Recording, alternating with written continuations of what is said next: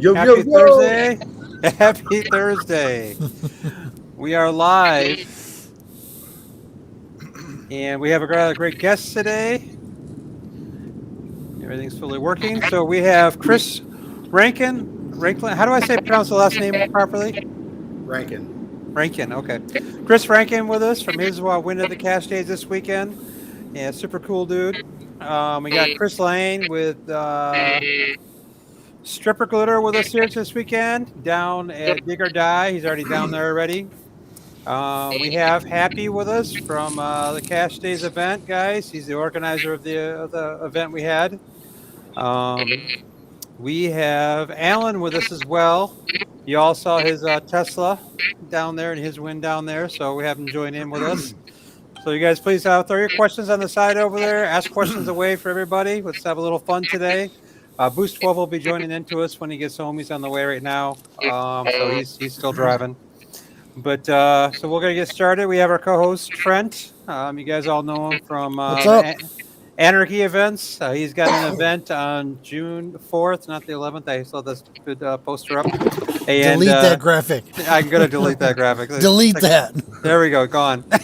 So, anyways, he has his event coming up on June 4th. A new track, new place on US 41. You guys definitely want to be there. Check that out. Notorious Anarchy No Prep. It's going to be one heck of an event. You guys definitely want to be there. Anyway, so let's get started, and Trent will kick it off here and get the ball rolling. Will? Yes. Shit. I didn't know that. I was just here just sitting around listening to war stories. All right. Well, let's do this. Let's start with you, Happy, because your race has been the topic of conversation in the local circles this week. And I know we already talked about it a little bit on Tuesday, and I know you talked with Limpy about it. You're probably sick of talking about it, but we're going to keep talking about it. Let's see. Oh, I'm getting heckled. Let me play the video. Let me play the little short intro to the video. Yeah, just in case nobody knows what happened. Yeah, just in case. Yeah, we'll have the discussion after the video clip, and everybody's trying to come online anyway, so we'll play it again later. But yeah, this is only the intro only.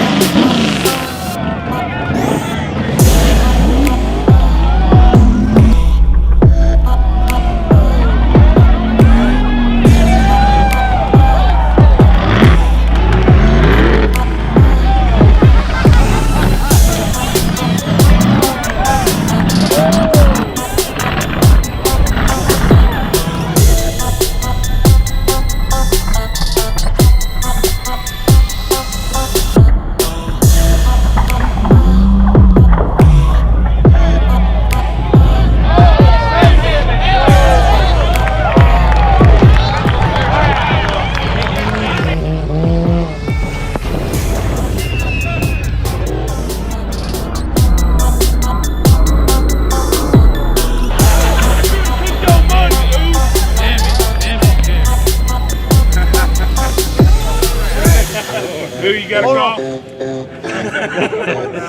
$90. All right, so that's the event. That's just a few of the rounds a little bit. We'll play a little more clips a little bit, but having a little bit of fun there. Don't mind me having fun editing. I don't know how many times you guys have seen that. I think, Brian showed it to me a couple times before he aired it. I must have seen it 20 times now, and it still makes me laugh, and it's still sketchy as shit. That Pinto wagon, I swear to yeah, that exactly. I swear to God, it looks like he's driving on an ice rink. That's what everybody talked about, that Pinto, like when they were talking on videos. Well, I don't know if it's because Camaro, though, that was wild. That was a ride. Yeah, that one. I don't remember seeing him do that like Drift King sideswipe the cone in the last video. I don't know if you added that, Brian, or. But maybe the Pinto wagon is so noticeable because it's a Pinto wagon. Like, how often do you see that? You got a lot of guys that are doing Malibu wagons and stuff like that, but I mean, a Pinto, like, it's just not something you see, let alone a wagon. So, well, and how often do you see a car just do a donut out in the middle of the track like that too? I don't think that's ever been done. No, not. And the only time, there's one time I've seen that happen. If you guys have ever been on an actual prepped rubber topped racetrack and it rains, Oh yeah. it's terrible when it rains. Like that's exactly what it was like. I say that's that what it was looked very like. Yeah. comparable. I told guys the other day when we were doing one of the podcasts that the only other race that I can compare it to is when I raced the Cottonwood race with JJ Armdrop years ago, and it was rain on the shutdown, and the whole last 20 to 40 foot of the 660 was wet, and the whole shutdown was wet like ice. So you're driving through the wood, through the stripe, wet, and you're like worried if you're sideways, you were crashing. And that race there was just like it, but unfortunately you were leaving after 60 foot, and then everything from that point was like that. Wow. Oh, hi, Freddie. Welcome to the show. And no, this is a PG-13 show. No breast. No, we're going to be nice. This is Jeff Thomas has joined in on us. Can you hear? Yeah, I hear you guys. Okay. You in a Cracker Barrel? All of my gray hairs just stood on end when you said that. Like Cracker Barrel. Hey, you gotta eat when you're on the way to dig or die. Well, I used to pick a good restaurant, so hey, that's a good thing. There's nothing wrong with a Cracker Barrel. There's not. But if you've ever seen South Park, they did an episode where they locked the Cracker Barrel and killed all the old people in town banging on the doors. Yes. They'd starve to death and die. Yes. That is hilarious. So I have a question. Jeff's got the blue Mustang, right? Yeah. Okay, right on. Good deal. I have a question for Alan. Are you actually driving the Tesla that you raced? Oh no, definitely not. We left that at home this weekend. If they'd have let all-wheel drive in there, maybe, but no, just got the truck and trailer and got the small tire Camaro. We're racing it in the street class this weekend. Okay. Yeah, he has a black 6th gen, I think, right? Yeah, black F body. Yep. Oh, he's on his way down. Chris is already there already, so. Yep. I've already been to the track. Chris is chilling in the hotel. Hey, he's a smart guy. He got there early. That's no fun. You got to roll in with no sleep, like you're just dead. No, you can't do that. He's at the hand chilling. No way. I'm not quite sure how I feel about this angle of Chris, to be honest with you. Makes me a little uncomfortable. No, because I feel like I'm resting on your stomach. it's kind of a weird angle, I'm not going to lie. Boop, boop, there we go. We'll do the... yeah, right. Doink, doink, doink. I'm just laying here all got pose going. Just gotta scratch the top of Jeff's head over here. Oh, boy. Guys are goofy. Hey, Chris. Yes. Are we going to be able to... drop the trailer when we get in about midnight? I don't know how long they were leaving the track opened up, to be honest with you. They originally said they were going to open it at noon today, and they didn't open it till 4 o'clock. So I don't know. All right. Get out of there. I know there's We'll going to run be by people there there. first, and then if not, Yeah, I know we'll there's going to be people there because they're watching down towards the starting line to make sure nobody goes there and makes any test hits. So I don't know how long they're going to stay at the gate. I'll be a quick DQ. Alrighty. Well, I'll play the clip since Jeff's on here. I didn't see the intro clip. I'll play it one more time, and now we got more people online now. So give me just a second here, and then we'll get rolling here.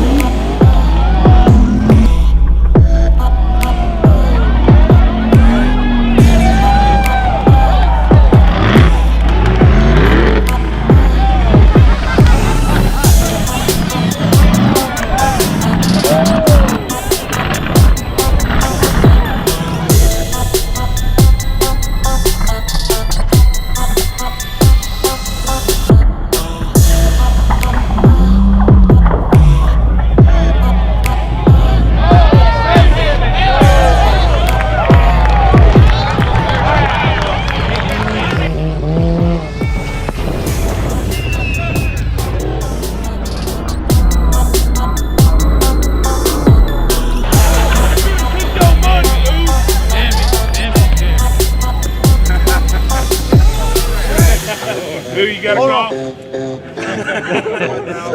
$4,090. Alrighty. So So, what's going on? We have Patrick on here from Cars and Chaos. He's a new channel partner with us, and we're doing the media for his event coming up. I'll show you guys Cars and Chaos at KD Dragway. It's always a fun place. If you guys look at the hill or the mountain in the background over there in the picture in the bottom. the launch ramp. Yeah, and the roller coaster down. It's always I fun. always hear people complain about how low cars in the front. They skirt real bad. If you don't have a car that's high in the front, you got to watch out. I never ran there though, but I've always wanted to run there. I imagine it probably just kind of sort itself out. It'll just kind of file it down a little bit, you know. Yeah. There was a lot of cars. It wasn't really that bad. Like a lot of people were saying, there's a little bit of a dip over there, but Wilkesboro yes. doesn't look that bad. In Wilkesboro, we scrape when we go down the end. Each time we hit, it's kind of bump. As long as you Parts keep tonight. in the gas at KD, you usually are fine. If you leave out of the gas as soon as you cross the finish, if you got a low car, you're kind of fucked. Yeah, that's I what have been Wes was seeing. telling me. Billy was talking about that in one of his shows a while back, and he said that, you know, the trick to getting up that hill without hitting nothing is to, you know, hit the hill and then get out of the gas, that sort of thing. Yep. So, which made sense looking at it because it looks Hey, pretty I've wicked. raced some sketchy places, and KD is top 2. Okay. Yeah. So what's the top one, Jeff? That's saying first first one? one. What's the number one? What's the number one? Probably last Saturday.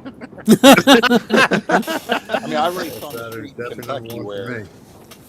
I think Happy was there. Remember that one night, Happy, where the flashlight guy was in the ditch on the left because it was so narrow? Oh, hell yeah. You know, I mean, stuff like that's sketchy, but KD is the thing that's sketchy about it is, I mean, we were in the fours over there.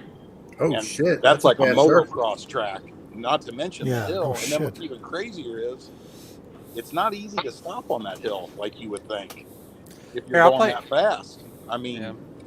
you know, Hong got me there photo finish, and he couldn't stop without a parachute at KD. That gives you an idea, you know.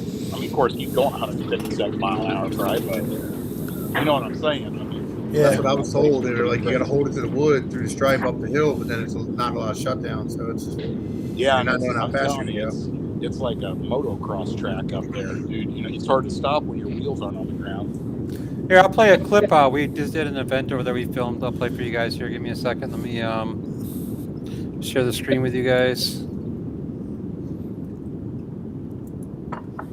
Waiting patiently as Jeff devours his cup of Joe over there. It's all gone now, unfortunately. Is it just coffee or is it something fun? Just coffee. I'm driving. Oh.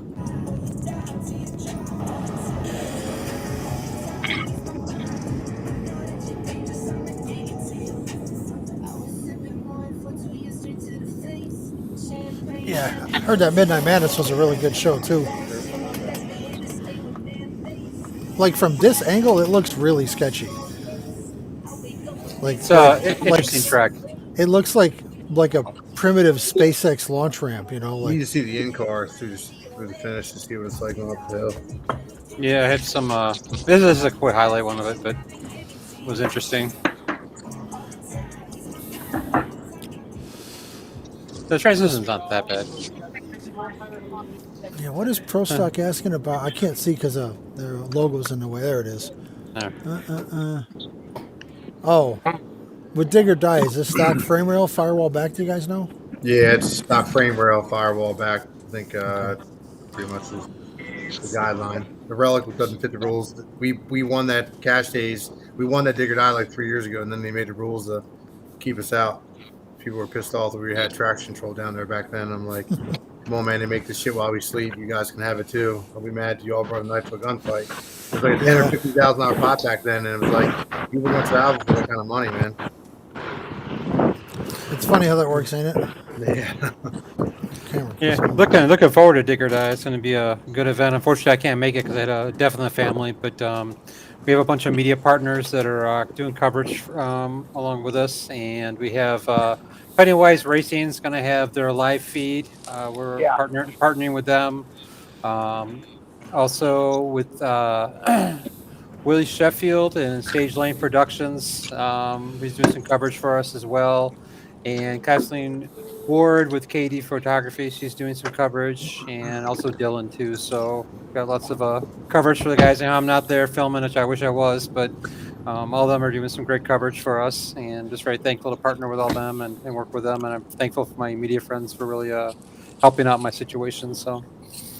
Yeah, they're good dudes down there. Eric, Danielle, Zinford, all those guys. They could really put a good thing together with just not a lot of knowledge a few years back, and it's really hit home with everybody in the no prep world. But I tried calling them to see if they had a spot available earlier this week, and Eric said there wasn't anything available.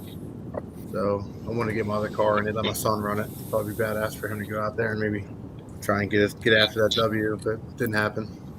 Maybe next time.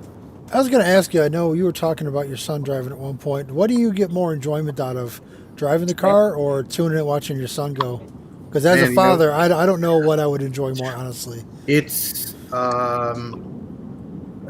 so I'm like any really competitive person. Like I'm every bone in my body is competitive. From when I walk out the door, who can walk to the car the fastest and get in the car the fastest when we're going to dinner. I mean, so I like winning and I like racing and I love the W. The money's a bonus, but the W is more important. When I'm riding as a tuner and I'm watching my kids go rounds, it is fucking unbelievable, man. Yeah. My oldest boy, who's 18, he's a hell of a driver too, but he's been big into MX and girls, so all he cares about is dirt bike and booty right now. So I get it. When I was his age, all I cared about was that too. Mm-hmm. So we got him a car 2 weeks ago, and we actually crashed one of some last night. We got him in Vegas, so he's interested now, and he's already drove the car. And they both got a junior street license in my small tire car like 3 years ago, so they were way familiar with going fast. And but it is exciting. I don't know how to answer that. So I have just as much enjoyment with him winning as I do me winning. That's fair. Awesome. Yeah, man. I was curious because I've seen several instances of father-son teams where the fathers step back from the actual driving and they start coaching their kids and whatnot. And I mean, with daughters too, for that matter. It's not just a boy thing, of course. The girls are really good too, man, because they react. The girls are brutal on the light. Brutal, bro. They're just brutal. They've always been that way. When I was a kid, my father was a stock eliminator guy, which, I mean, by today's standards is crawling, but his buddy they used to race with, his wife drove the car and she treated my dad literally every time they raced. So every single time. It's just that is valid, because my son is the only person that I've ever been involved with in drag racing that I could say that I've been one-on-one teaching. Mm-hmm.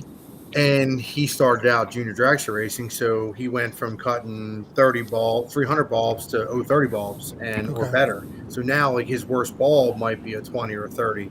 And me, I went to the track when I was younger to test my street car to try and tune and get it to go faster so we can go out and actually make the car run well. Back then, there wasn't very many people with dynos, so the only place you could test your car was at the track. So they were turbo cars.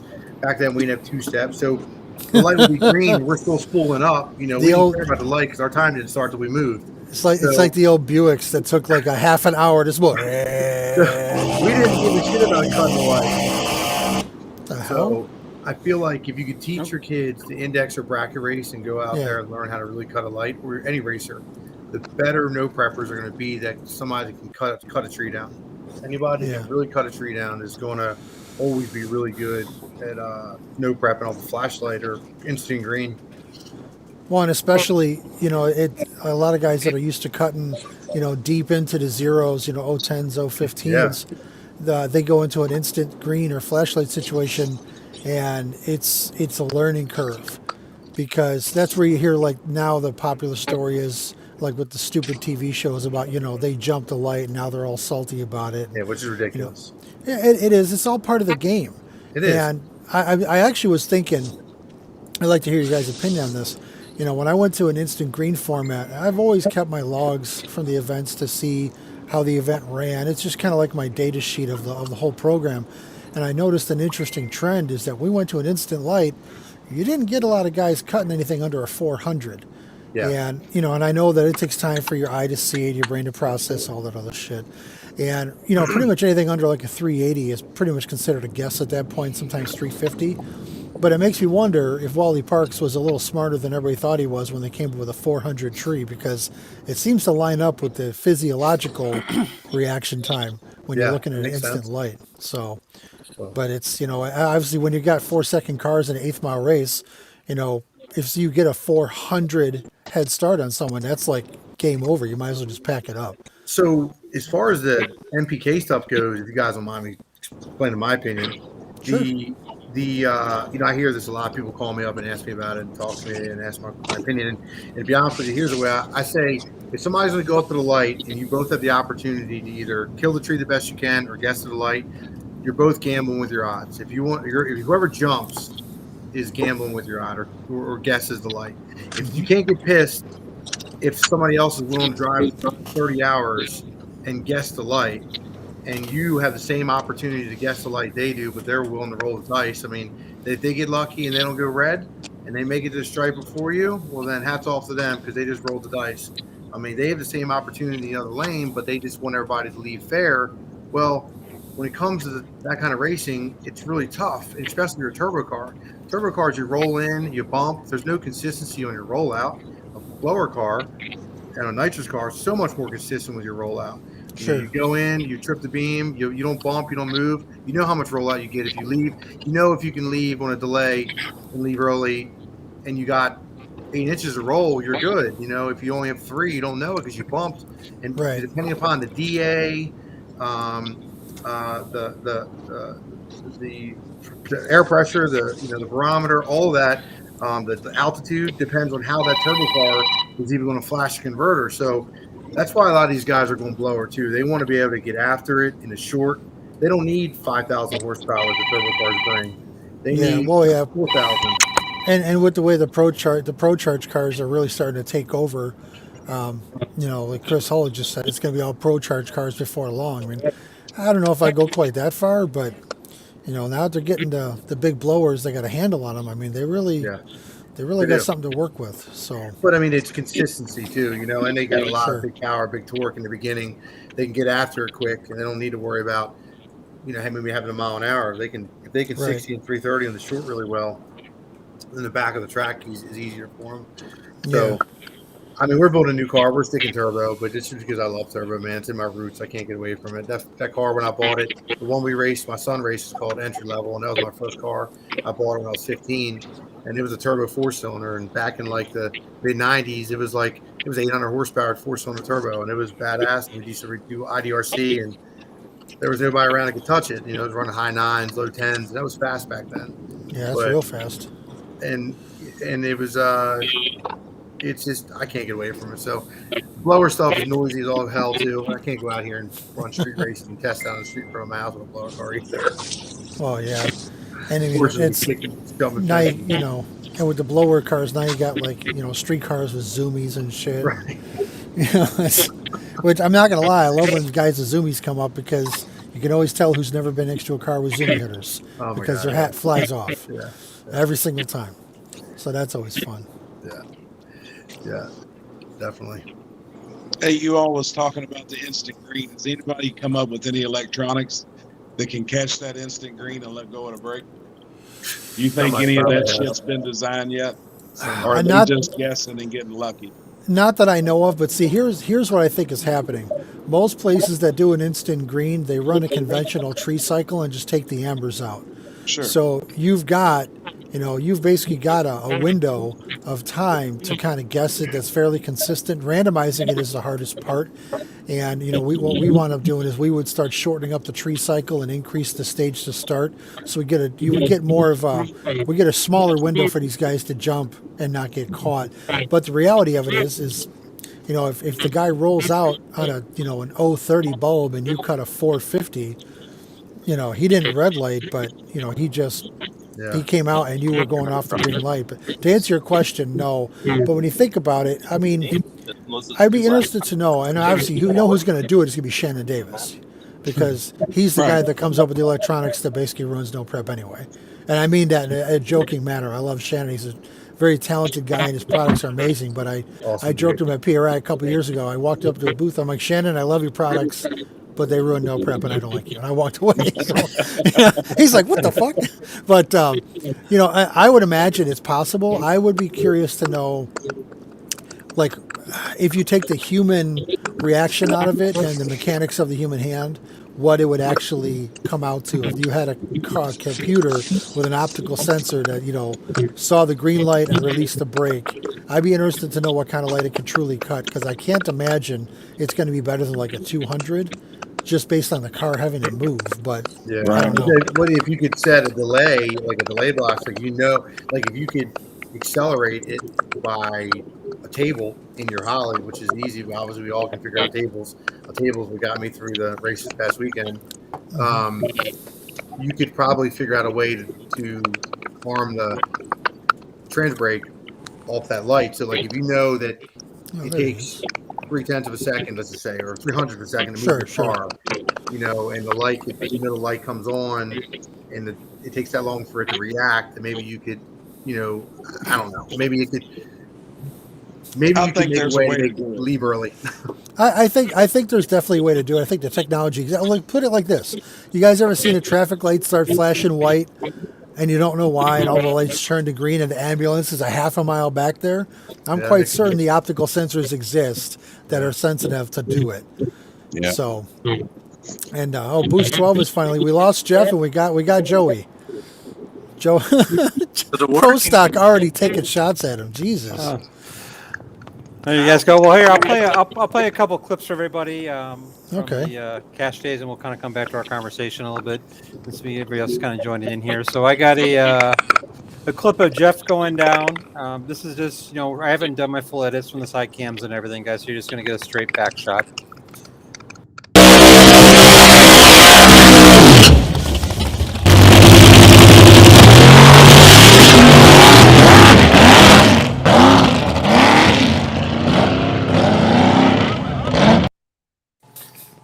So Jeff, sounds like you were having a little bit of fun out there a little bit too. He actually did pretty good, honestly. Should have left great. Yeah, your car is really coming around. Whatever you did, I mean, you know, it's a big change, so I'm liking it. It was all that testing in the woods. Oh boy. Hey, wait, hold on. Maybe I should play that for him. You want me to play that, Jeff, or no? Leave it alone. I don't know. It was breaking up, so I didn't see it. But sure, play whatever. Okay, well, here, I'll play it one more time for you, okay? You ready? Yeah.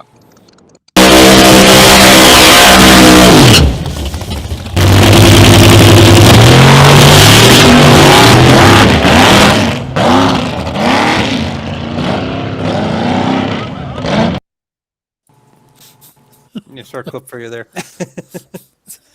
Every time I see those passes, it's like slow motion, you know. It's like somebody like slowed it down to half speed.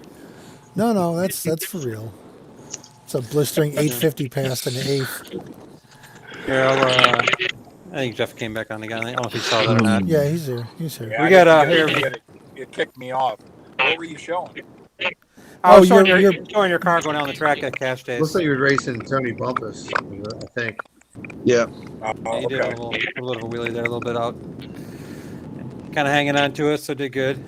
Yeah. I'll come back. I'll play some of the War in the Woods things. You guys see his wheelies and stuff. So He did not do a wheelie at War in the Woods. What are you talking about? There was nothing weird going on there. I'll load that video up in the background here for you guys. And those are some expensive wheelies right there, fellas. Yeah, but they look good. Like, think about it. It's like hot girls and big wheelies. I mean, they're both expensive and cause a lot of damage, but damn, they're fun to look at. Yeah. I just struggled the whole time with this factory suspension. My other cars are all ladder part. We have that figured out, but I mean, we've just been real inconsistent with that car, to be honest. I mean, it's either stupid fast or it's a piece of shit, literally. So it's just not been consistent. But we've changed a lot of stuff, and I think I don't know. We'll see this weekend. I don't ever talk. I mean, I don't know. You never know. That thing could be really hard to beat or knock the tires off. But I think it's going to be better this week. A lot better now. Nice. Well, it looks way better than I've seen in the past at other events. So I hope they get that all figured out. This would be awesome. Are you on your way to Dig or Die also, Jeff? Yeah, I just stopped to get something to eat. I'm just sitting in the truck now. Yeah, we're on the road. Right on. Good luck, man. Thanks. Definitely. Good luck. Awesome. Here, I give Boost 12's run here. We'll play that for you guys from Cash Days 2 here.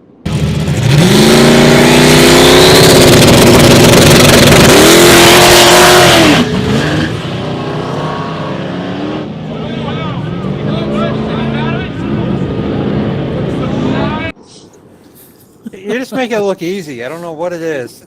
You can hear him get on it and then just coast the rest of the way. Well, and that car, that's Brittany's car, and that car comes out so hard. They really got it dialed in to work on that backtrack and sketchy stuff, and it's just like we were talking about before. You basically let it eat for 100 feet and then just put it in neutral and let it roll, and it seemed to work. I think we were letting it eat there for about 40 feet, and then 40? shutting her down. Yeah, I had all my power out by 0.8. Here, I'll play a video. Just after the flash the converter, it was all out. Yeah. Here, I'll play a clip of Chris's run here too. All right.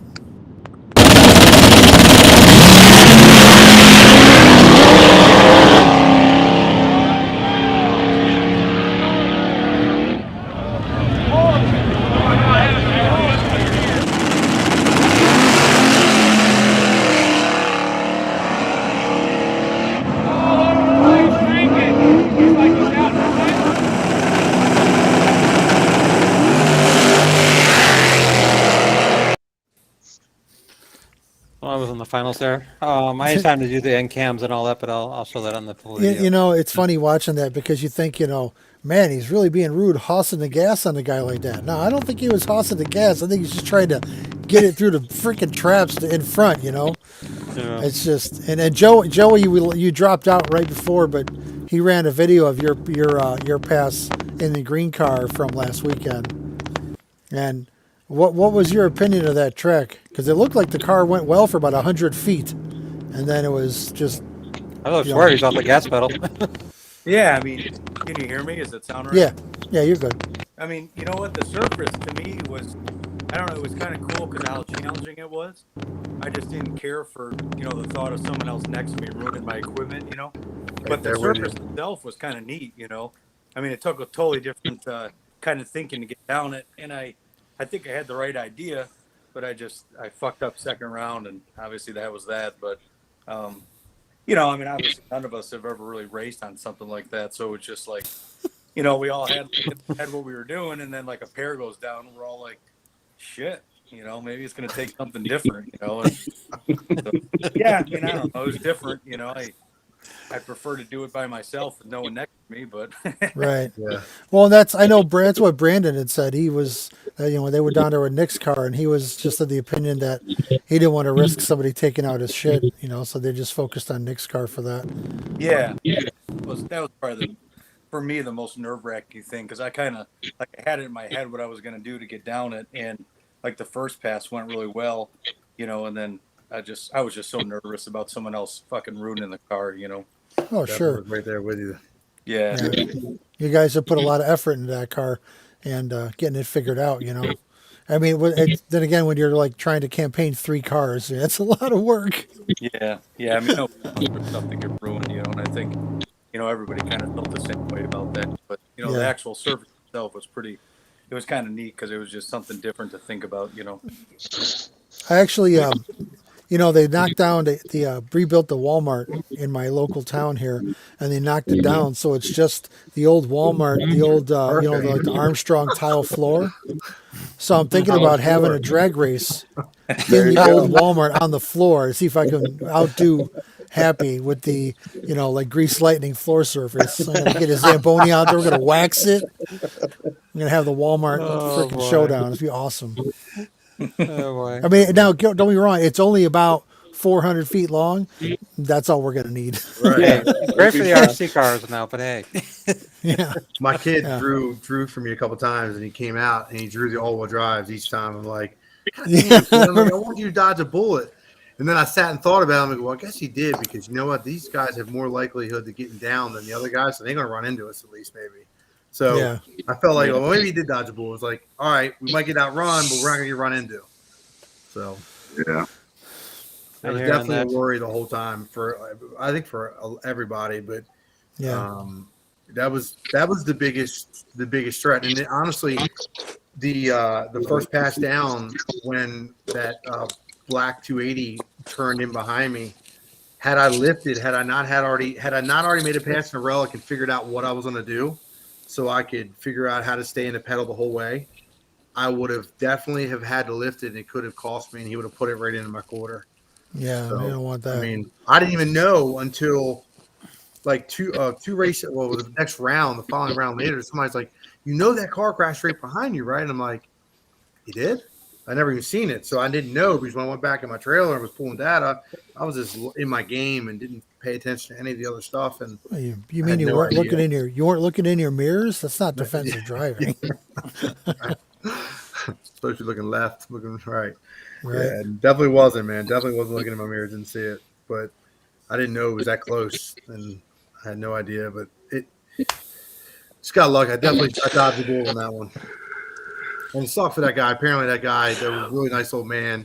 I heard that he was going to like. He was going to be in a rough one when he got home. It was his wife's car, and his best friend built it or something like that, and he advised heavily against racing it there. Oh no! Yeah, I was gonna be in hot water, man. Well, I think maybe it might be 18 years when I talked to him. He had the car since like high school. Oh, I'm thinking maybe it might be his ex-wife's car, but I don't know. Man, here's what I will say. I know we've been talking about this thing all week, but like we said we were talking about Tuesday, we've had a few weeks of just like the most extreme end of the world races you can possibly imagine, between the come up, which was obviously marred, but still a huge money race, and aside from the money issue, was still a good race by everybody that went there. And then you had Happy's race. Like we've had the sublime and the ridiculous in the span of 3 weeks, and I don't know where it goes from there. If you can continue to push the envelope, or if maybe we're like, all right, we found this barrier, so now we're just gonna sit in the middle and be more conventional. I don't know. I think that was a one in a lifetime type race. Yeah, I got the footage for the Tesla too. I was going to play real quick. We have Alan on here with us. Y'all, there you go. We got your own opinions, so hey, there you go.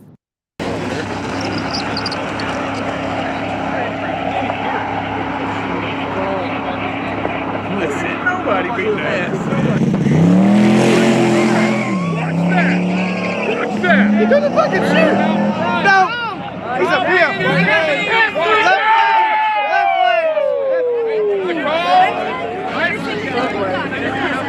He got it.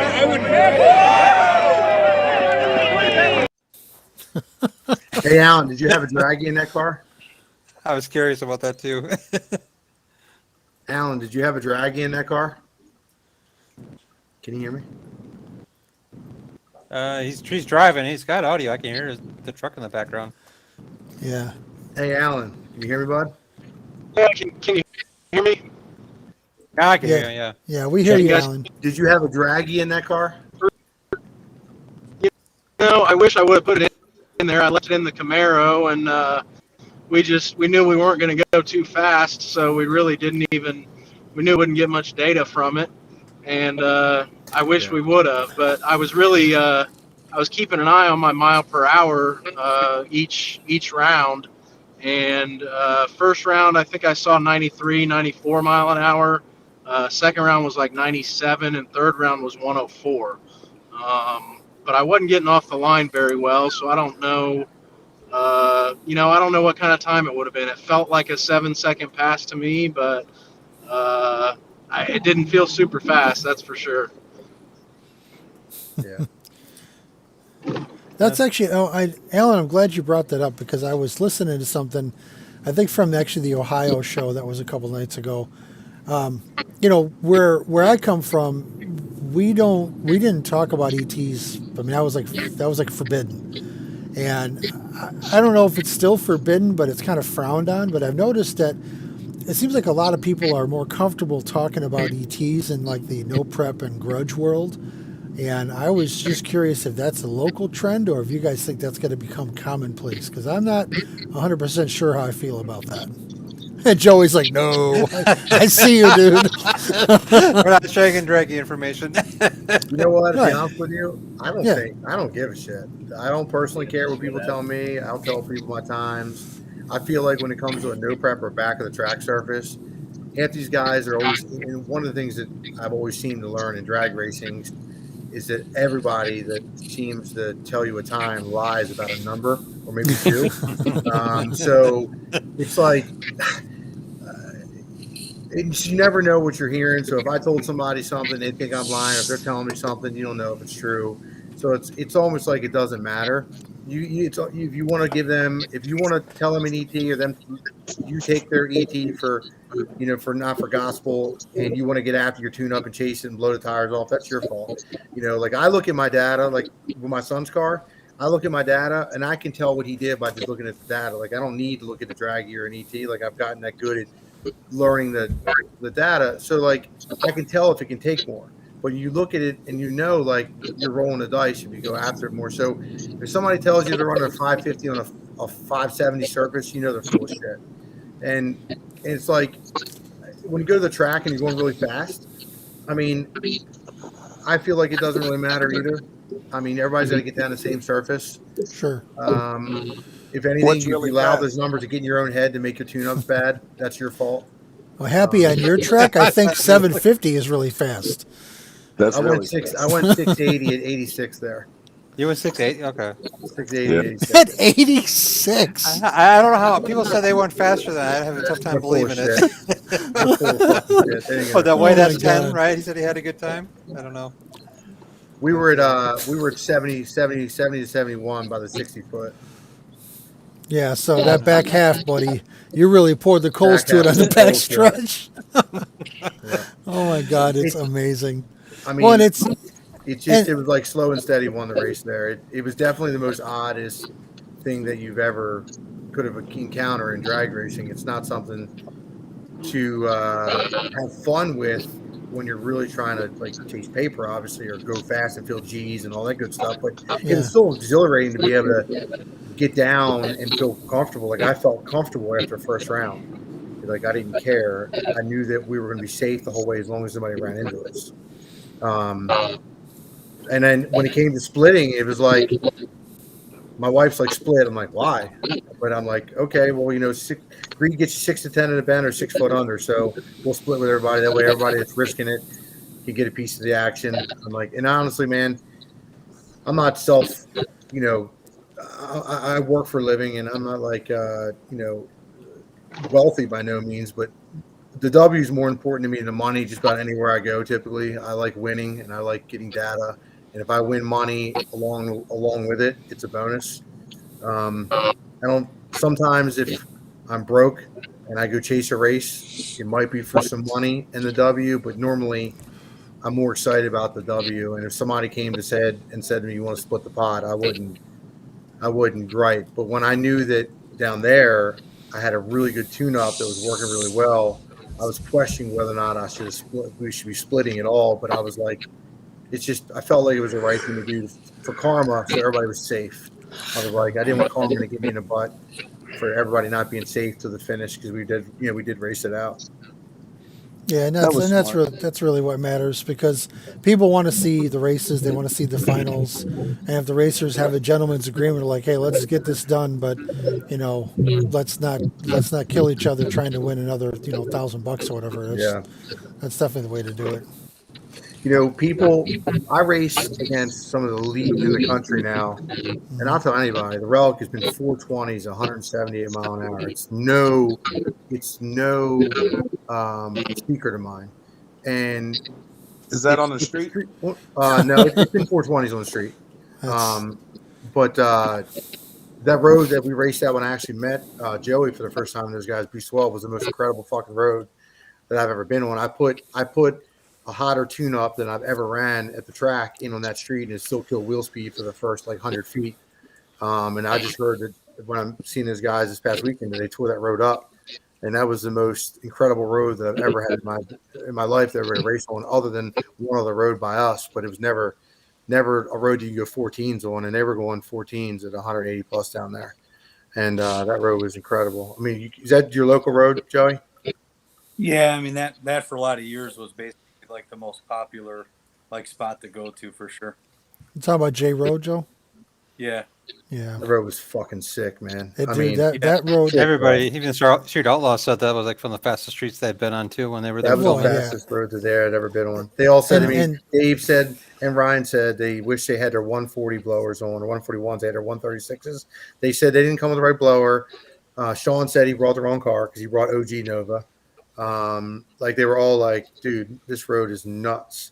And comparison to going to something like Happy's race to that race, I thought we were going actually to a road that was going to be more like that J Road. When I went down to Kentucky, I thought between Friday night and Saturday we're going to be all going fours both days potentially. Because I was planning on running big tire at Happy's race, and dude, it was complete opposite for both events. But nonetheless, it was still fun. I had a good time, but you know, when you even like I have a 20 car, I'm running against a lot of guys that are blown Hemis, and they're 370 cars, and out on a street or a surface, it'll go from a 480 to a 530. I'll beat them every time. When we go to a no prep track, and the track is scraped for like 200 or 300 feet, I'll beat them every time. I have no problem because I have less power on the table than they do, so it's a lot easier for me to tune. But I don't have to leave 50% of my power on the table. You know, when we were running out there at Meg Cash days, I was running 50s and 60s on that road. I had one of the fastest cars there initially. And, you know, you're going to 40s and 50s at 165 to 170 mile an hour is really fast on any kind of road that really doesn't have any time on it or any kind of rubber on it. But we would go 50s and 60s on pretty much a bare road. Like when I raced Amarillo last year out there in Wyoming, I won a 490, like 154 right off the trailer, first pass. We were the first two pairs down the road. The show didn't show it that way, but we were the first two pairs down the road. And to be able to go that fast off the trailer on concrete is blast, you know. Yeah. But I feel like I feel like a small block turbo, any kind of small block boosted car, even a nice car that's a high teen to low 30 car can dominate across the board from small tire to big tire, as long as you stay off of a track that's like a no prep king track, not a unglued, just unraced for 2 day track that's going to come around after four pair. You know, I really feel like those cars can do really well, really well. Just my opinion from what I've been doing with these cars. Like I have a 378 on twin 72s, makes about 2,000. Relic makes about 3,000 on kill. And I feel like that Relic now with the setup that I have really works well on small tire again. This year I chased it all summer in the beginning after we got back from filming, trying to figure it out. But I finally got a handle on it, and I couldn't believe that I actually was able to get it changed that worked to where I could kill all the power like I did down there at Happy's race. That was a total test for me to be able to feather my cap on that one because I didn't know that I could really do it, and I was able to. So I was pleased, to say the last. Well, I'll say that I commend your ability to make your car sound like it had a throttle stop because that was pretty cool. That's basically what my head I had to kind of do. Like how do I create a throttle stop within the car so I can basically run this car without kicking rods? Right. You know, first idea was, hey, let's go off the rev limiter. No, it's not going to work. You're going to fuck something up. Second was like, let's bounce off the smart drop. Now, Shannon Davis ain't going to like that either when I'm telling you I bounce off the smart drop all 6 cylinders or, all 8 cylinders for 5-6 seconds. Not to mention the pass, you turned a 4-second pass, or a 4-second pass was turned into a 6 or 7 second pass. So you're beating your car a lot longer than you would normally beat on your car because the pass is extended because of how slow it was. Sure. But I mean, I was going to tell people what I did, but my buddies were like, don't say anything. And so I haven't. I'm just going to keep doing the raps. But anybody that, like, I'm sure Joey has an idea what to do. He's probably figuring it out. I mean, there's multiple ways you can do it. safely without killing a car. And but you just gotta, and there's tables you can set things up. You just got to be smart about it. And actually, Shannon Davis, his traction control was a big part of it. I had a wheel speed sensor on entry level, and I ended up shutting it off. It actually killed like almost 10 more mile an hour than the Relic after the second time I tried it. So I turned it off because it was just allowing too much authority. Even when I was backing it off, it was allowing too much authority, and then it was doing too much timing pull, which I didn't want to do. So I just used it basically for data, which I ended up with 14% wheel slip on both cars the whole way, which 6% on mine is 0. 6% 0 wheel slips, and 14 I had about 7-8% wheel slip the whole pass. And occasionally you hit a spot where it kind of just wiggle, and you either let off or you drive through it. My son let off and hit the brakes against the green 3000 GT, or he wouldn't have lost. But he just, he was either that or crash the car, and I'd rather him pedal it and lose than get himself hurt or crash the car, seeing his birthday was the next day. Well, yeah, you don't want to do that. No. And I will say that it's pretty sick, right along the lines of the whole Pinto wagon thing we were talking about earlier. When's the last time you saw a 3000 GT out like doing this kind of racing? Like I remember when you first said that a couple days ago. Eclipse. There was Eclipse or Talon there too that I raced. Well, yeah, but see, I see some Talons, and around here we've got the Boost in Performance. They've got the fastest Talon really on the planet, as far as I know. And so we see some fast Talons out by here, but I haven't seen a 3000 Mitsubishi I can't even tell you. 8 years at least. Yeah. And I mean drag racing, usually the only time I've seen a drag racing is when they would come out to the racetrack and blow the trans up on the line. We'd have to scoop them up with a broom. Back in the day when I raced, it was Dave Busher and Sean Glazer from Extreme. This is back in like 90s. They had a badass ass all-wheel drive Eclipse, and I think they were only running like 9s back then. And then Dave went to a Glide and rear-wheel drive, and he turned the motor in that one Eclipse. And actually, one of the badass Eclipses that was really well known is now local here to shop that works on my cars. Piranha Fabrications, they have it. It's got they make fast cars. It's a big 740 cubic inch nitrous. 4 stages or 5 stages in this Eclipse. It's a full 6.0 shirt chassis car. Where did he put it? Dude, it's amazing. And the car is really, really well done. I mean, it's got the most hideous wrap job you could ever imagine on it. It looks like Teenage Mutant Ninja Turtle on the front and like a Raider bass boat on the back. It's bad. But it's who's from, not Musey, what's another really big, well-known nitrous motor? Like Buck? No. What's the other one? The other one, real popular one. Kyle? It's down south. Anyway, it's got one of those motors in it.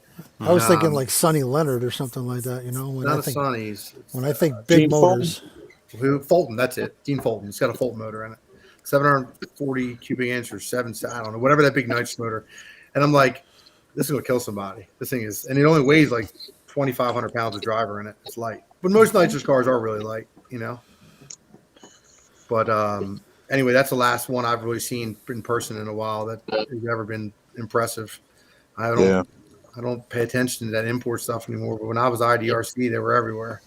I think my camera overheated. Yep. And we lost Trent. He'll be back on a little bit. I'm here. Back to his other camera. Well, here, I'll play. I want to shoot a shout out to a couple of our sponsors real quick, and we'll come back on here. Give me a second. So I told you guys about the Chaos and Chaos. We talked about that. There is PRI coming up, and there is that's the Cart and Chaos channel. You got to bear with me. I don't have it labeled. I'm sorry. And that one. There we go. So PRI is coming up next week. A lot of us are all getting together. And this is going to be a fun event right here. It's going down in Indianapolis. They're having an open house. They're having a practice tree cash day type of event going on down there. Somebody's getting somewhat decent down there. You guys can read all that. You can take a look at it. And some other persons going on. They're going to be in the show next week, so we'll talk about it. But it's something definitely to go check out after or during the show. And we have Chris here with Stripper Glitter. I want to thank him for coming on, and I know he's tired, and we appreciate you on board, and definitely know some good things there going on. And Chris kind of runs the events out in Ohio, famous for his flagging out there. Yes, unfortunately. How was the Unfortunately, surface when you went and looked at the track today? It looks actually really good. You can tell the rubber is definitely starting to fill in a lot now. I didn't go there in June for that race, but I was there in March, and the surface between now and when it was in March is a lot better. It's crazy. So like they've done a bunch of different stuff for this event. Rockingham put up fencing now along the wall where the spectators are on the left side of the track. Really? To keep everybody out. And they also put a gate in the woods. How the woods there on the right side of the track where everybody was standing. So they put a gate up down there now. So now nobody can go past the would probably be the 300-foot mark. So, and they added more bleachers. So it's going to be different this year a little bit as far as spectators and stuff like that. How far is the fence off the wall? It's right up against the wall. Gotcha. So all media will be behind it's the probably fence as well? so like there's probably I would say, I mean, it's probably 20 feet off the wall, I would say. And that's where like the media and stuff like that's going to be basically, Gotcha. and that's the only people that's going to be there. Cool. Okay. But it looks good. It's probably tomorrow, like when True Street or when Stick Shift and Big Tire goes. It's probably going to make it really good for Saturday. Yeah. So I figure it'll start getting faster. Oh, absolutely. I anticipate that. I don't know what those guys were running, when we were there in the summer. It's definitely going to be faster, I would say. And with it going to be as nice as it is, other than it's going to suck, when it gets dark, because it's supposed to get like in like probably the mid to high 40s when it starts getting dark here. That's probably the only thing that's going to keep the momentum going. But they already said they're going to try to keep the show running. So hopefully, it keeps the heat in the track. Well, that's the important part when you start getting cold is you can't let that track go quiet. Because once the track cools off, then you start getting problems. Except for Happy's race, it didn't matter.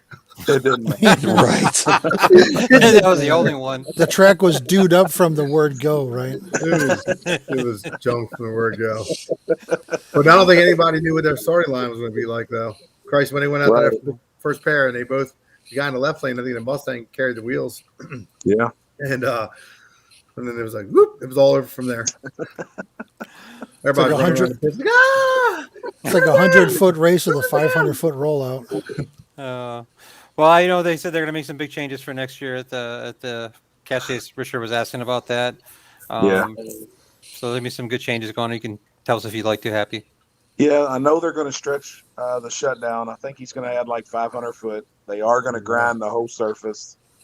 The plan is to put walls down both sides, and they're going to asphalt or concrete from the track surface to the wall.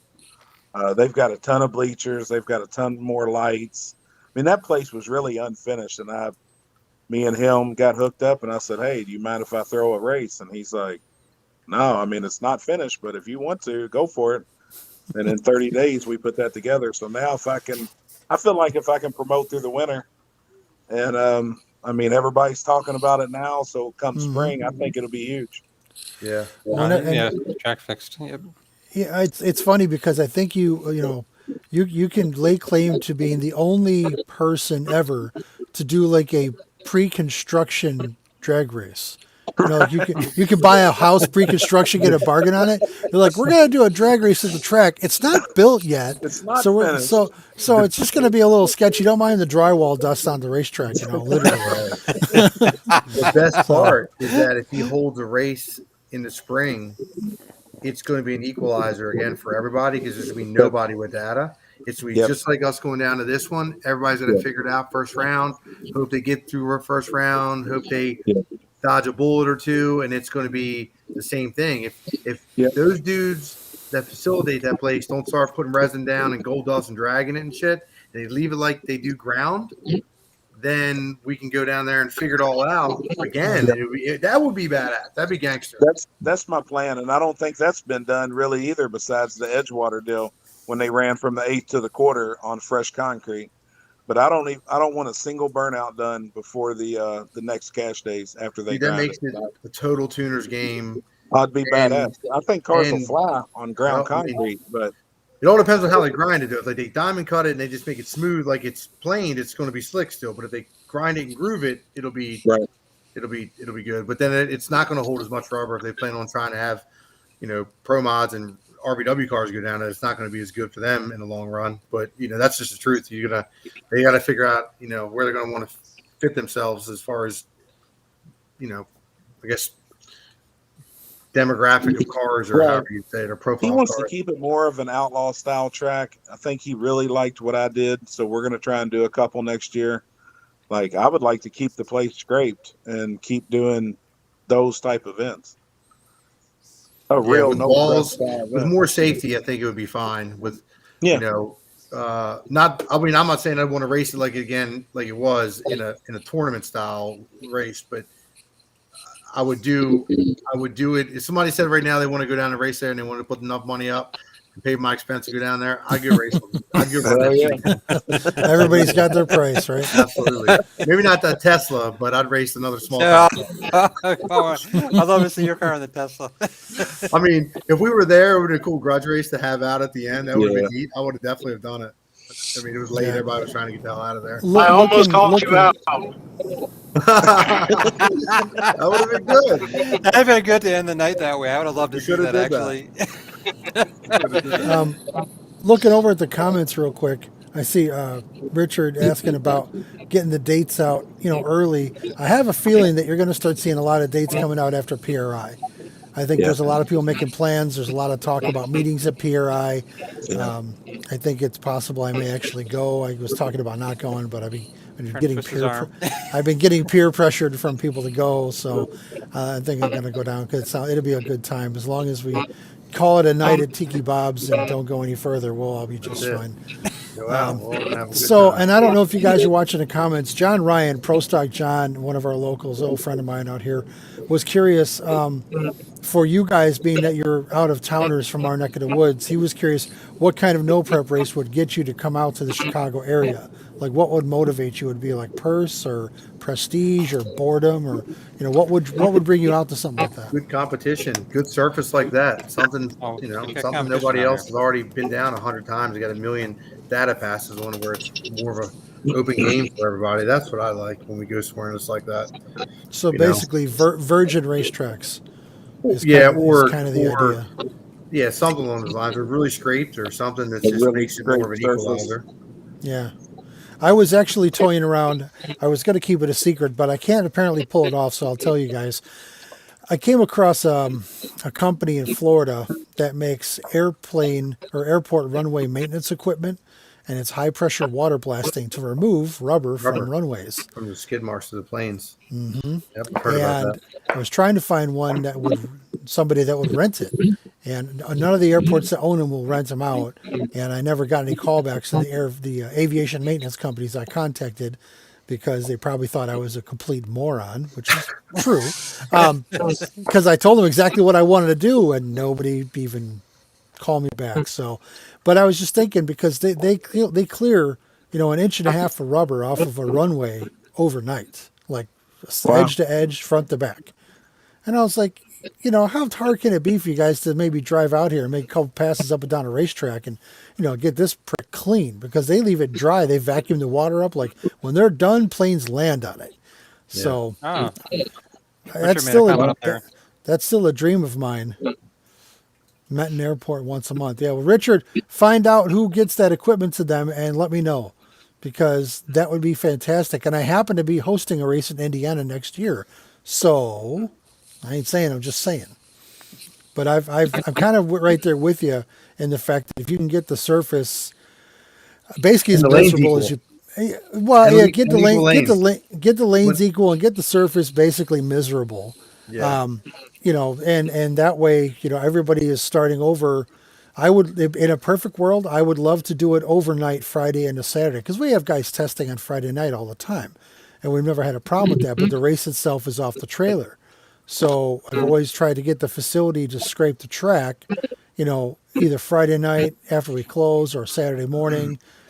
It's kind of hit or miss before, but how cool would it be? I mean, the people in the pits would freak out if they saw a crew of trucks working on the racetrack overnight. Like they'd freak out.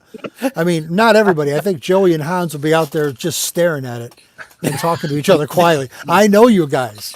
They'd be like, and Hans would get that scrunchy look and be like, "Yeah, we could do this," and they would come out and kill it. But it's something that puts everybody on a neutral playing field. I think is going to become a more important factor in I do trying to too. run an effective race because, and we were talking about ETs before, how some guys were still real secretive about it. Well, it's a different world than it was 15, 20, 10 years ago. Everybody knows what cars are capable of. Everybody knows the technology. It's widely available. Like you were saying before, you can go buy a Davis box. You can go buy all the electronics in the world. They're all commercially available, unless, of course, you're waiting on like a Holley ECU, I think, is on like international back order or some shit. But they're out now. everybody can buy. Bought one last Yeah, week. right. Everybody can buy the same stuff, and Yeah. everybody knows what the cars are capable of. It doesn't mean they're going to go that. Yeah. And now it's a matter of, like you said, your car goes 420s. Well, somebody else could build a car that goes 420s, but can they go 420s under almost any condition? Yeah, and that's And it. that's- That's really what it comes down to: being able to know your program and know your setup. But like when I seen Boost Joey's new car, I was like, "Man, that's a Hemi on small tire. That's fucking sick. He's doing something that most dudes are not doing with that size cubic inch motor." So I'm building a new car with a 41X on twin 94s, and I'm like, "Dude, I'm gonna fucking put small tire. That motherfucker's out there running small tire. That's badass." So, I mean, it just makes you think like, all right, well, you know what? I'm willing to give it a shot too, just because I see somebody else doing that, and that's challenging, which makes it interesting.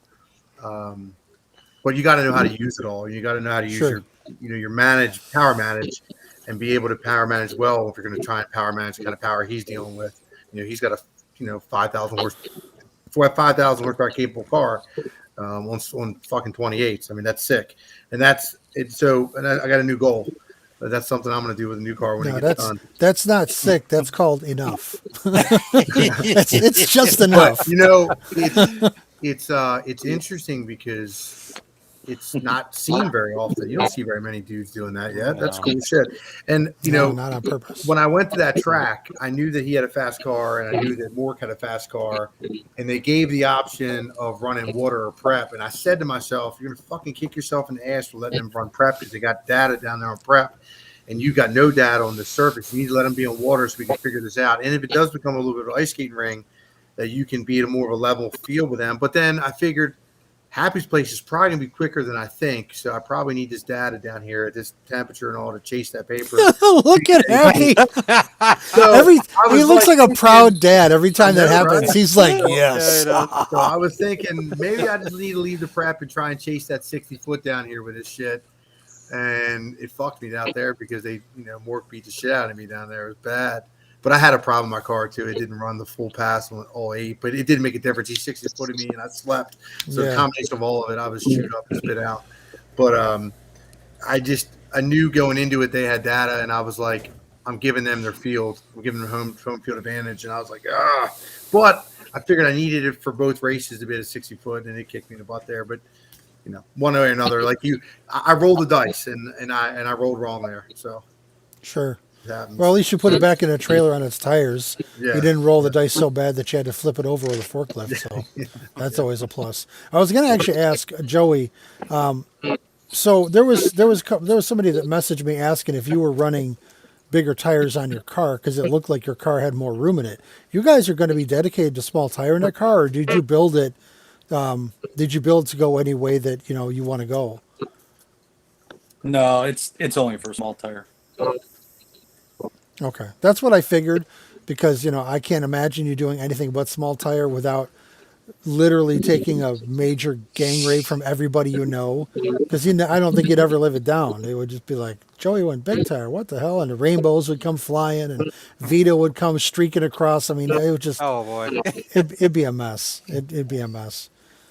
But that car's going to be a handful when Hey, it's I didn't out. say anything I didn't say anything wrong, but I didn't disclose anything, did I, Joey? I didn't mean to if I did, because I don't know you all too well, and I didn't mean to put anything out there if I did. No. Oh, Oh no, you're good. Yeah, we don't have anything. Everybody really... knows he's badass. So.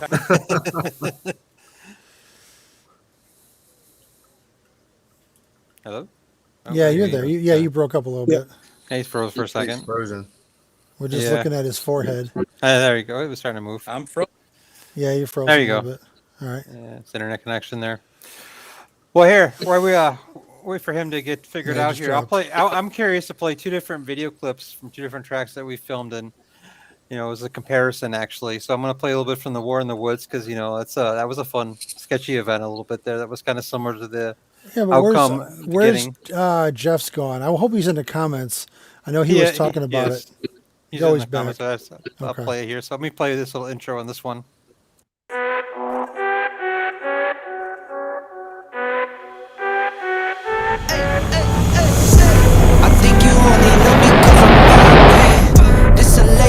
Rebound, then it's driving. Tyson with the fade, not the hair, my hands rocking. When I link with ballpoint, you know it's not. Yeah, I'm not the same. Thinking money made me change, nothing else to blame. Bougie stuck up in my way, singing Gucci gang. Gucci gang. Think I'm Gucci Mane. I'm just playing in the cut, I got my Vans on. I'm not selfish, I get on and put my mans on.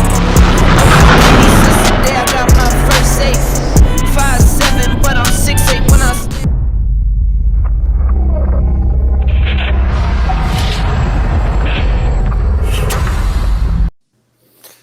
So there's I didn't think that event could ever be topped after seeing all that. I was going to say, do you remember when everybody said that War in the Woods was the sketchiest shit they'd ever seen in their life? And meanwhile, Happy's like, hold my beer, motherfucker. Yeah, he saved it for the last of the year. Oh my God, it's good times.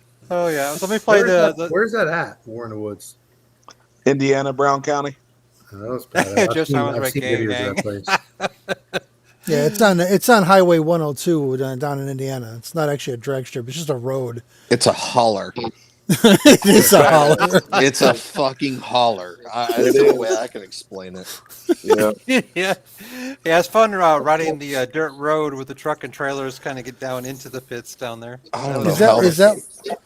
Is that becoming a tradition? Like you have to have to have a sketchy race, you have to have a sketchy road to get your RV in there, because that seems to be the thing now. Happy took the cake there. Damn right. Oh gosh. Well, I do. I'm going to play the short clip to show what for the new people that are on now, and play the highlight clip I played earlier in the show. So yeah, we can get a kind of comparison a little bit.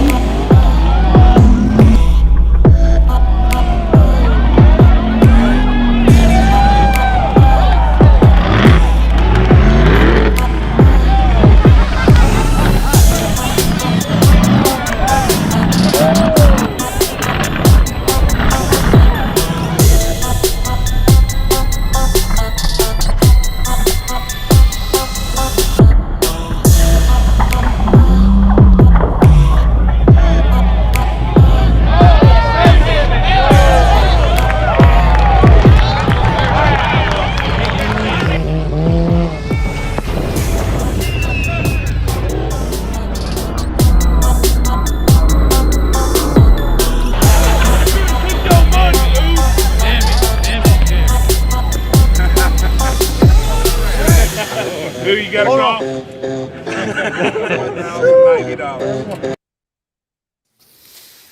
Yeah. Hey, Hey, real quick, I got a text from Joey. He said his shit was breaking up, but he's going to head to bed, but he wanted to thank us for having him on. And he said to tell Rankin good job at Happy's deal. So there you go. Yeah, appreciate it, brother. Yeah, I was kind of figuring he was going to be bailing out because he was having problems with signal. He kept freezing and all kinds of other shit. So yeah, I don't know. Looking at a back-to-back War of the Woods versus Kentucky Cash Days, Both are brutal.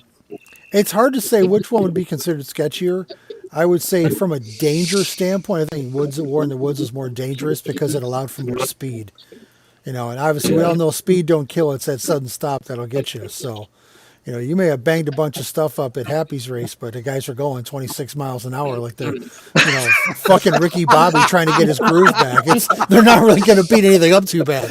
So they're like, I broke a headlight. All right, let's go. That sort of thing. So, obviously, I don't know that we want to push the envelope any further, like we were talking about earlier. I think we've probably found the maximum sketchy. Like, it shall not be topped. Yeah. Yeah, Chris. I'd have to say that it's going to be a tough one for anybody to beat. Yeah, across the nation. Like, well, I'm telling you, I'm dead serious about this Walmart race, bro. We're gonna race on Armstrong floor tile. It's gonna be awesome. It's gonna be ripping off like I'm gonna have a linoleum drag race. I'm just gonna put the old linoleum floor down on the track, and we're just gonna see who can do it. Guys will be coming out with like spikes in the tires, and oh man, it'd be a mess. Yeah. Chris is asking for jet cars at Happy's next event for intermission at least. Oh shit! Well, they don't need traction for that. I think the I would next like to event, see though, it. I think the next one will surprise people, and there'll be some cars running good. There'll be some cars come off the trailer and go 5.05 teens. I guarantee it. And let me ask you guys. Let me ask you guys a question, all of you. Obviously, we have all been around a while, and if somebody would have told you 15, 20 years ago that we would have cars running on essentially streets going mid fours, like, would you believe them? Hell no. No. It was inconceivable. I remember when we first got guys dipping into the fours at COTS, many, many years ago now, and we were like, holy shit, these guys are fast. So like, they were stupid fast. That J Road shocked everybody elite in the Street Outlaw game from the 4 or 5 that was there. Yeah. And it shocked everybody in my group. Mm-hmm. Nobody ever thought a road would be so fast. Yeah, and they went and dug it up like a bunch of dicks. But the good news is we got a brand new road. We just got to get working on it. They were saying it's different setup now or something. Like it's. I don't know. Be quiet about that. I'd have to ask Juice, and he's kind of the authority down there. He does a lot of stuff. Him and Kelly.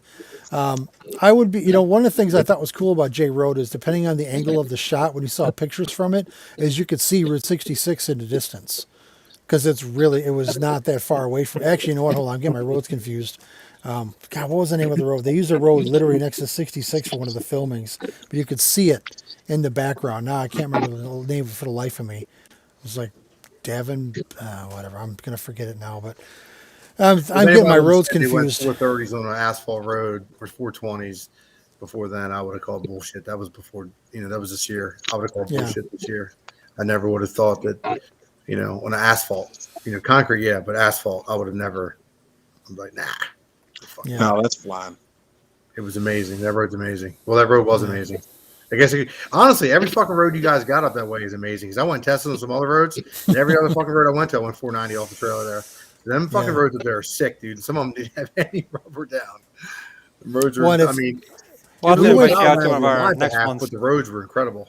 Well, and we went through a big dry spell up here, like 15 years, where it was very difficult to get a serious straight race even done. It was just tough, and it's coming around, and now, some of the guys are pulling permits and bringing cameras out and making a show out of it. I mean, hey, whatever. If the town will let you do it, if the town can be bought for the right amount of money, fucking let it rip. Yeah, have a good time with that. Everybody wants the revenue, so I'm not saying it's about the money, but it's kind of about the money. So you guys are all local in Illinois. You guys are all local in that area. You guys are all local in that Illinois corridor. Yeah, Chicago. I'm Northwest Illinois. I'm a little northwest of Chicago. Okay. So, pretty much Wisconsin has been my stomping ground track wise. I've done some stuff in Indiana over the years, and I'll be doing races in Indiana at least in June, September. I've got an informal commitment from another track, but until it's written in blood, I really can't talk about it. I gotcha. Because I don't want to talk about it. Then you change your mind. I look like a dick. I do a pretty good job making myself look like a dick anyway. So I don't need any help.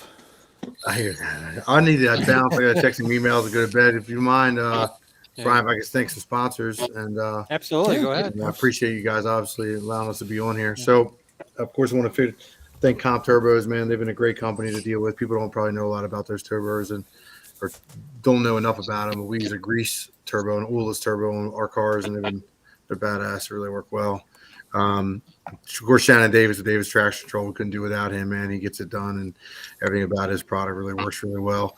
Sheer Fab, Precise Racing for our tires, Build Specialties, Huge Performance, Prana Fab, HFR Fab, Quick Performance, Rogers Automotive, the transmission, Blue Collar Brew, Rocket Glue, Iski Racing Cams, Pack Racing, Fragola Racing Performance Fittings, Race Whip, Iski Racing, Pro Torque, Maven Performance, Rife Sensors, Box Performance. I think it's up by you guys, actually, Corey Box, and RDP Store, RDP Motorsports.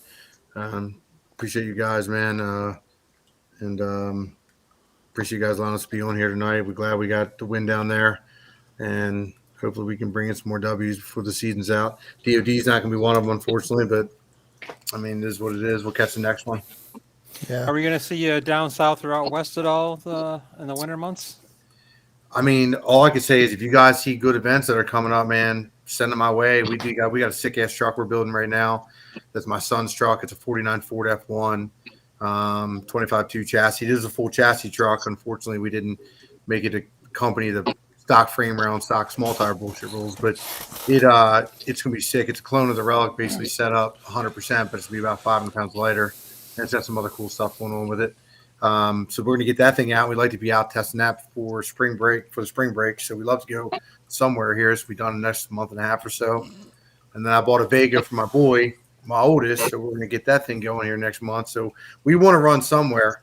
We're gonna definitely acquire another fucking trailer. I'll tell you that. I'll message you. I'll talk to you. Yeah, man. Send me something if you got something coming up or you see something great. We'd love to come out that way. All right, guys. Y'all have a good one. Take care. Yeah, Thanks for being on. Appreciate you. Yeah, I think it's about time. See you, man. Right. Good luck down there, Chris Lane at DOD. Have a good time. Thanks, sir. We'll see you soon. See you happy. I'll see you at PRI happy. Oh yeah, we'll see you at Oh, PRI. you drank. Oh, Got you. so much alcohol. We'll see you Uber there is the sometime. way once you get to Indy. Or I don't know when the last time you guys went to PRI, but the new thing now is those little electric scooters. I got Everybody one. rents. No, but they have rentals downtown. Oh, Sit on the like side of the coin road op and grab rentals. 'em. Yeah, So and you who's basically done just swipe doing your a card, river and race? That's it. people just leave them everywhere, and just basically like drunk bar hopping on We'll be bright blue scootering. scooters. As long as you don't get DUIs on them, we'll be good to go. I don't think you can. It's under I 50 think- I- cc's or something. No, it's electric. Yeah, right. We All do right, a guys. scooter cash days in downtown. Dude, Oh, that'd be that awesome, would be actually. so. It'd be like IROC let me, scooters. They're all running the let me same tweak shit, my you scooter know. up a little bit. I think I'll do that. Yeah, you got guys like shoving 9 volts in the scooter. Like, come on. Yeah, I got electronics business, so hey, I fix electronics. That's a good Scooter up point. A little bit. He's like going to be like the razor god over there, you know. All right, gentlemen. I'll see you. See you All right, later. thanks, See you Ray. guys later. Yeah, we should probably wrap this up because it's getting to be 9:30. Yeah. And a long I day. know I personally got to be out the door at 2 a.m. So Wow. I appreciate Chris and Happy and Mr. Tesla, Alan down there. Drive safe. And I Take care. appreciate you Good to see guys. y'all. I appreciate Definitely. you guys All right, being here. See y'all. And I hope to see you guys at PRI next weekend. Yep, I'll be there. Do that. We'll have a good time. Yep. All right, so we'll talk, everybody. Thanks everybody being on and watching the show. We appreciate you guys, and we'll let you know if we're going to do Tuesday or Thursday next week. If we go live at PRI, or if we're going to just be doing something before the event. So we'll have a discussion, let everybody know about that. So yeah, because Thursday is stuff going on. There's stuff going on every night. But anyways, good to see you, Happy. I'm sure we'll Appreciate talk. it. You too. We'll talk quite a bit soon. So. Oh yeah. You guys take care. Alan, drive safe down there. Dig or die. Look forward to hearing some good stuff happening down there. We got lots of guys covering the event down there. Pennywise will have a live feed down there. So we got a bunch of others that have been great helping out with our channel and giving coverage down there. So KW Photography, she'll have some great photos. Dylan's gonna have some great photos, and just look forward to a good time. Thank everybody who's supporting us. So we're very thankful for all you guys, and have a good night. Drive safe, get sleep, enjoy life. So we'll catch you guys later. It's been an experience this last week, so hey. Yeah, no shit, right? Yeah, it's been one for what the will they record come books, up with I'll tell ya. next? That's the question. I don't know Somebody if I will wanna take know your the words answer. about the Walmart floor. I guarantee somebody's going to try it. My wheels are already spinning. There we go. You are welcome. Hey, I say we get the scooters out on the Walmart floor. Hey. No. Wouldn't that be an experience? Everybody slip sliding on the scooters going down. They all We're gonna die. have ice drags pretty soon. Yeah, that too. All right, see you guys. All right, All take right, care, thanks, guys. Happy. Chris, Take care. Alan, see you guys. Yep, see ya. later. Take care, guys. Oh man, let me get a